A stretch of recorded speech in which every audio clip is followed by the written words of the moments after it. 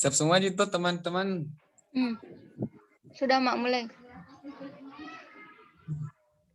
Bismillahirrahmanirrahim. Assalamualaikum warahmatullahi wabarakatuh. Perkenalkan, kami dari kelompok 3 mata kuliah teori akuntansi akan mempresentasikan mengenai model-model akuntansi. Nah, sebelum itu saya akan memperkenalkan nama-nama anggota beserta perannya masing-masing.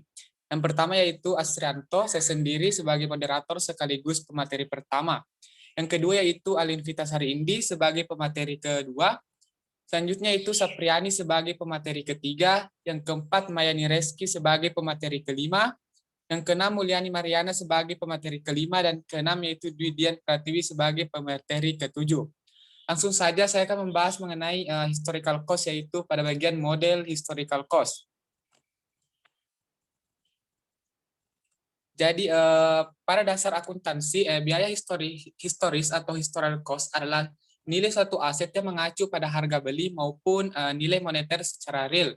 Nah, hal ini secara tidak langsung juga akan mempengaruhi debit dan kredit dalam pembukuan dengan menggunakan pencatatan biaya historisnya. Nah, next. Suarjono pernah mengatakan bahwa biaya historis merupakan rupiah kesepakatan atau harga pertukaran yang telah tercatat dalam sistem pembukuan. Nah, prinsip historical cost menghendaki digunakannya harga perolehan dalam pencatatan aktiva, utang, modal, dan biaya. Nah, historical cost sendiri ini memiliki beberapa keunggulan, di antaranya yang pertama yaitu hasil penilaiannya dapat diverifikasi, yang kedua memberikan data yang dapat dibandingkan, yang ketiga menyajikan holding gain dan loss, yang keempat menyajikan data yang dapat berguna untuk pengambilan keputusan bagi manajemen dan investor. Nah, next. Selanjutnya itu mengenai tujuan dari historical cost. Nah, biaya historical cost sendiri ini memiliki tujuan untuk memberikan informasi yang berguna bagi pengambilan keputusan serta memberikan informasi tentang fungsi kepengurusan manajemen itu sendiri. Nah, selanjutnya next mengenai cara menyesuaikan biaya historical cost. Berdasarkan prinsip akuntansi konservatif, aset yang dicatat dalam biaya historis memang harus disesuaikan dan diperhitungkan sesuai pemakaiannya. Maka untuk setiap aset tetap yang berjangka panjang pastinya akan memiliki biaya penyusutan, di mana biaya ini digunakan sebagai penghitung atas pengurangan nilai asetnya berdasarkan masa manfaat. Nah, next. Selanjutnya itu mengenai penerapan historical cost. Nah, keputusan mengenai apakah suatu perusahaan akan melanjutkan lini produk atau divisi atau pabrik tergantung pada apakah ada laba antara pendapatan dan biaya. Nah, pendekatan ini terutama penting bagi perusahaan dengan masa likuiditas atau perusahaan yang memiliki hutang yang sangat tinggi atau perusahaan yang dengan cepat beradaptasi operasi mereka yang kondisi pasarnya seperti reksadana yang berinvestasi pada obligasi yang dapat diperdagangkan atau biasa disebut dengan saham. Nah, itulah materi dari saya. Selanjutnya saya persilakan kepada pemateri kedua, yaitu Alin Vitasari. Dengan ini saya persilakan.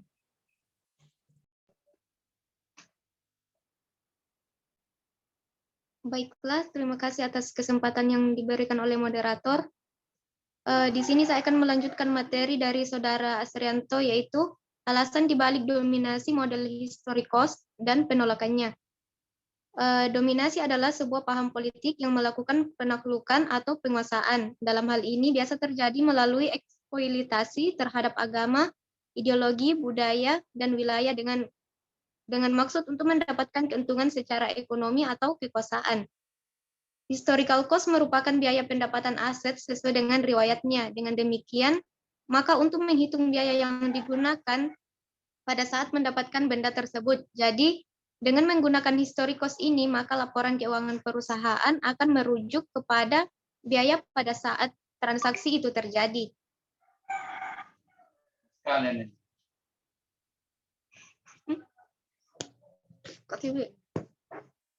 Alasan dominasi model historical dapat ditolak karena alasan yang pertama yaitu metode historical cost. Ada dua kemungkinan. Yang pertama, nilai aset yang dilaporkan sudah tidak relevan karena adanya perubahan harga pasar. Untuk membuat laporan keuangan lebih relevan dengan kondisi terkini, maka manajemen dapat melakukan penyesuaian atau adjustment. Masalah yang kedua yaitu alasan pembebanan biaya yang terlalu kecil karena pendapatan untuk suatu hal tertentu pada saat tertentu akan membebani biaya yang didasarkan pada suatu nilai uang yang telah ditetapkan beberapa periode yang lalu pada saat pencatatan terjadi pada biaya tersebut. Selanjutnya,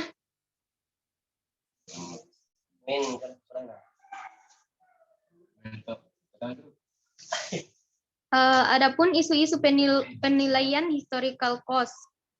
Yang pertama yaitu masalah penilaian.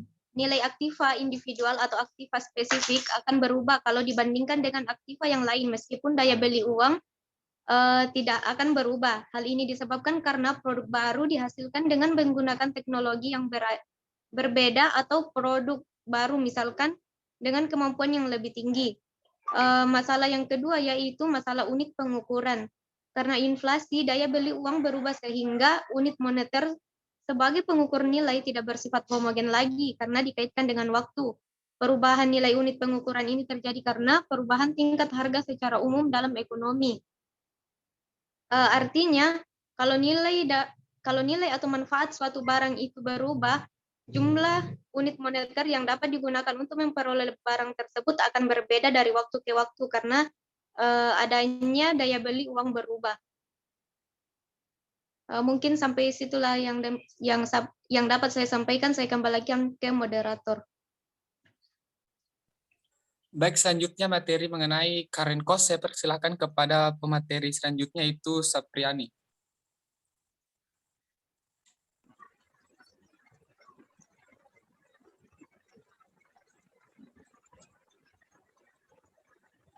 Terima kasih atas kesempatannya.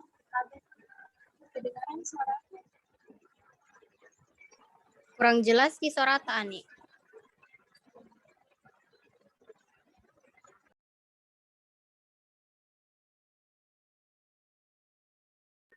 Kedengaran nih suaraku?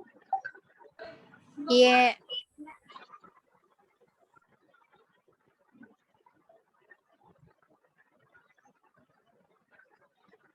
Baik, saya akan melanjutkan mengenai current cost. Bagian yang pertama yaitu debat terkait konsep fisik dan keuangan dari modal. Realisasi fisik dan keuangan adalah pelaksanaan kegiatan yang berhubungan dengan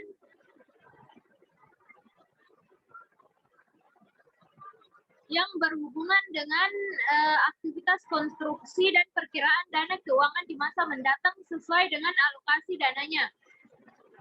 Laporan realisasi fisik dan keuangan merupakan salah satu laporan yang menjadi tolak ukur dalam penilaian suatu organisasi perangkat daerah. Lebih dalamnya merupakan salah satu aspek penilaian dari aparatur sipil negara yang menyatakan bahwa struktur dan fungsi sosial hanya bisa dipahami lewat modal sosial di samping juga modal ekonomi. Selanjutnya,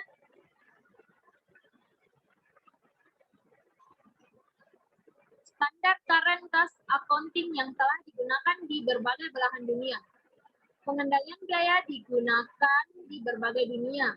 Dalam akuntansi, tujuan pengendalian biaya suatu proses akuntansi yang digunakan untuk mengumpulkan biaya standar guna perhitungan selisih di antara keduanya. Informasi mengenai selisih antara biaya standar dengan sesungguhnya disajikan kepada manajemen untuk dipakai sebagai dasar penentuan sebab-sebab terjadinya selisih. Informasi mengenai penyebab terjadinya selisih ini dapat dipakai untuk menilai prestasi manajer yang bertanggung jawab atas terjadinya selisih tersebut. Perlakuan biaya standar sangat penting bagi manajemen untuk mengendalikan semua pengeluaran biaya supaya tepat sasaran. Sistem biaya standar ini merupakan alat yang digunakan untuk pengendalian biaya yang efektif karena pusat pertanggungjawaban antara masukan dan keluarannya yang dapat diukur secara kuantitatif sehingga dapat ditentukan tingkat efisiensinya. Sekian materi saya kembalikan kepada moderator.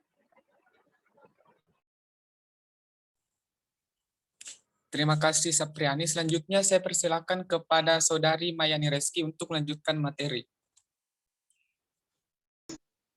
Baik, terima kasih. Materi selanjutnya yaitu analisis kritik, kontra-argumen, dan hasil empirical study terkait current cost accounting. Yang pertama itu kritik terhadap current cost. Kritik akuntansi current cost terutama berasal dari dua kubu yang berbeda. Mereka yang mengikuti biaya historis dan mereka yang percaya akuntansi exit price.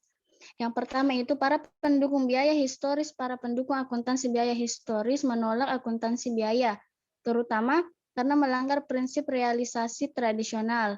Kedua, para pendukung exit price. Pendukung akuntansi exit price mengamati sejumlah kelemahan dalam current cost accounting.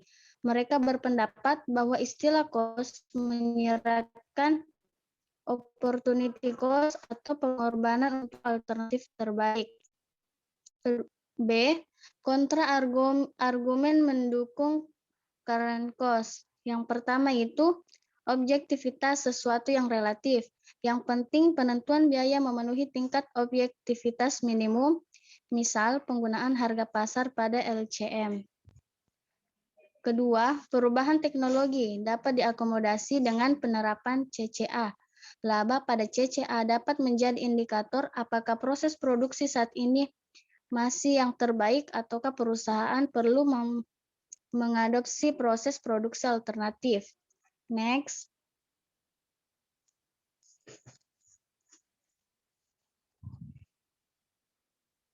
C. Hasil empirical study. Yang pertama studi empiris USA.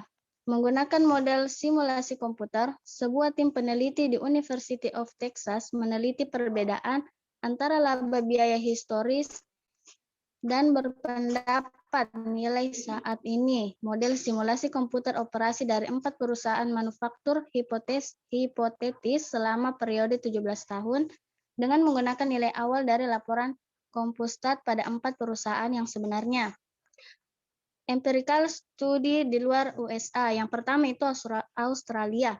Sebuah studi oleh Empirical Barton telah menunjukkan bahwa selama tahun 1970-an harga saham Australia ketika tertinggal 1 tahun sangat berhubungan dengan pendapatan current cost perusahaan dan bukan dengan pendapatan nilai historis dan rasio keuangan yang diturunkan menyediakan data berkualitas tinggi keuangan dan informasi akuntansi yang relevan.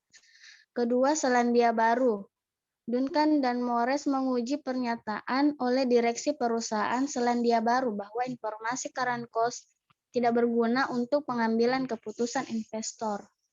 Next. Selanjutnya saya kembalikan kepada moderator. Terima kasih Mayani Reski. Selanjutnya saya persilakan kepada Saudari Mulyani Mariana untuk melanjutkan materi mengenai exit price accounting. Baik, saya akan melanjutkan materi yang sebelumnya dibawakan oleh Saudari Mayani Reski. Di sini saya akan menjelaskan tentang argumen terkait pelaporan exit price accounting. Yang pertama yaitu menyediakan informasi yang berguna. Solusi ideal untuk akuntan adalah melaporkan semua keuntungan dan kerugian seperti nilai yang ditentukan dengan pasar yang kompetitif. Namun tidak semua aset memiliki nilai pasar. Oleh karena itu, McNeil mengusulkan penerapan penilaian yang pertama yaitu aset yang dapat dipasarkan pada harga pasar atau exit price. Yang kedua, aset tidak dapat dipasarkan yang dapat direproduksi pada biaya pengganti. Dan yang ketiga, aset tidak dapat dipasarkan yang tidak dapat direproduksi pada biaya historis. Next.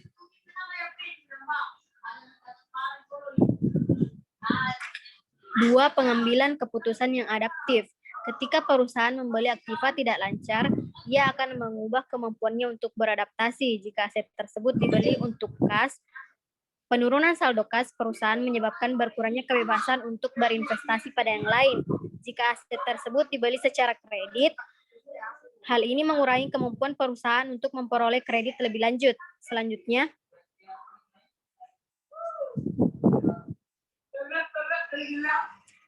3. Informasi yang relevan dan dapat dipercaya. Untuk menjadi relevan, informasi harus berguna dalam model keputusan pengguna laporan akuntansi. Model keputusan pada gilirannya memungkinkan pengguna untuk menentukan tindakan yang diambil dari beberapa alternatif. Jika tidak ada kendala, informasi yang dikumpulkan dapat relevan untuk setiap user atau untuk setiap masalah yang diberikan dan model keputusan. 4. Additivity. Chambers mempertimbangkan masalah aditif menjadi faktor kunci dalam mendukung akuntansi CCI. Produk utama dari sistem akuntansi, laporan akuntansi neraca, dan laporan laba rugi. Jika kita memberikan nilai yang berbeda dengan karakteristik yang relatif kecil dari fakta dan menggunakan skala pengukuran relatif kecil, maka tidak ada arti tertentu atau komersial dapat didedukasi dari agregat. Mereka tidak dapat secara logis ditambahkan bersama-sama. Selanjutnya,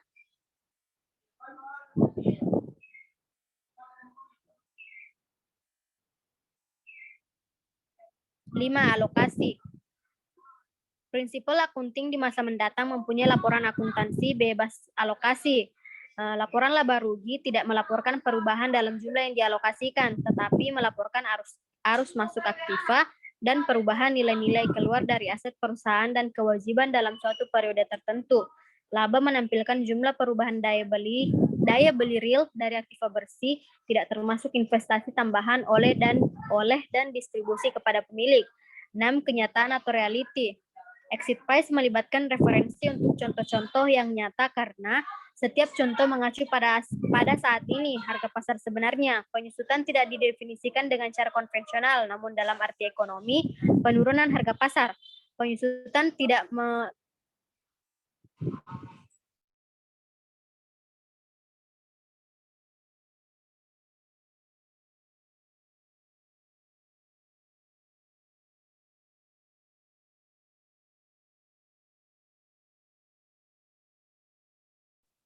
Mohon maaf atas gangguannya. Langsung saja untuk mengefisiensikan waktu, saya persilakan kepada pemateri terakhir yang akan membawakan materi mengenai konsep perilaku adaptif. Saya persilakan kepada Saudari Dwi Dian Pratiwi.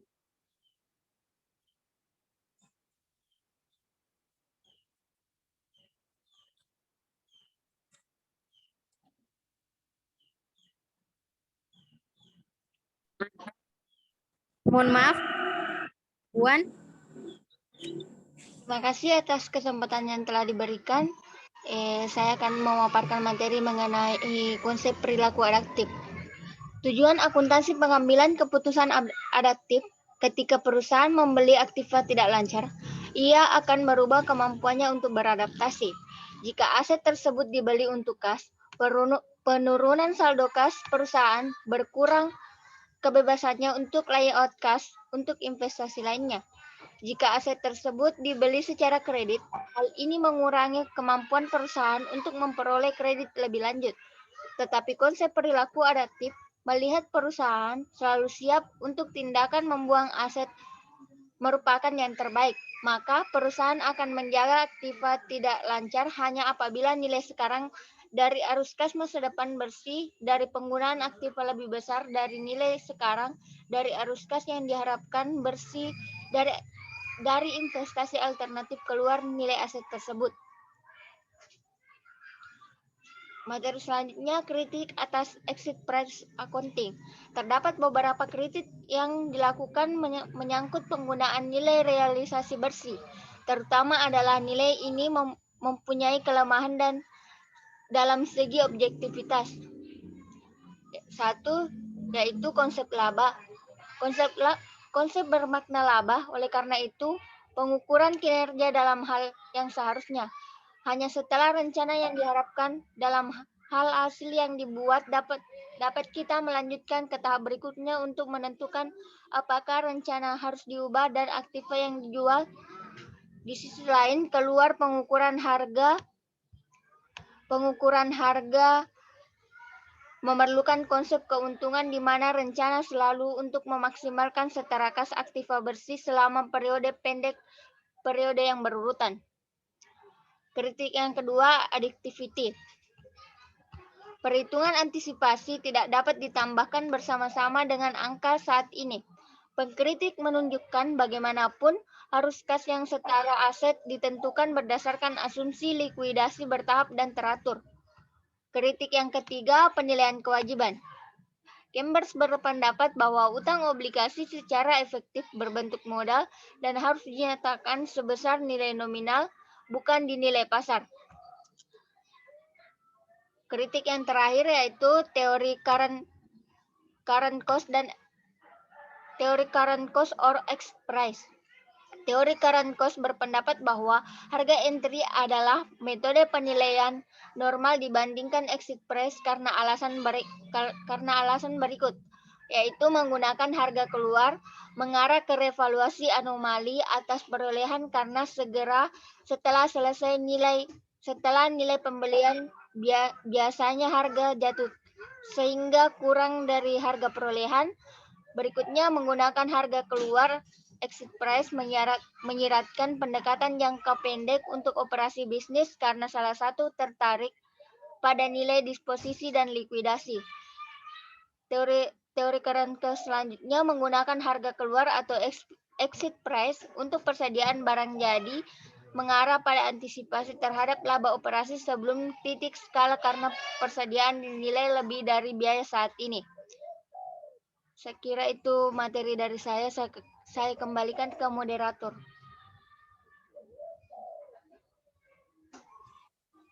Baik, terima kasih kepada pemateri. Mungkin cukup itu materi yang bisa kami sampaikan dari kelompok 3 mengenai model-model akuntansi. Jika terdapat kesalahan kata atau tidak berkenan, mohon dimaafkan. Saya tutup dengan ucapan wabillahi taufiq wal hidayah. Wassalamualaikum warahmatullahi wabarakatuh.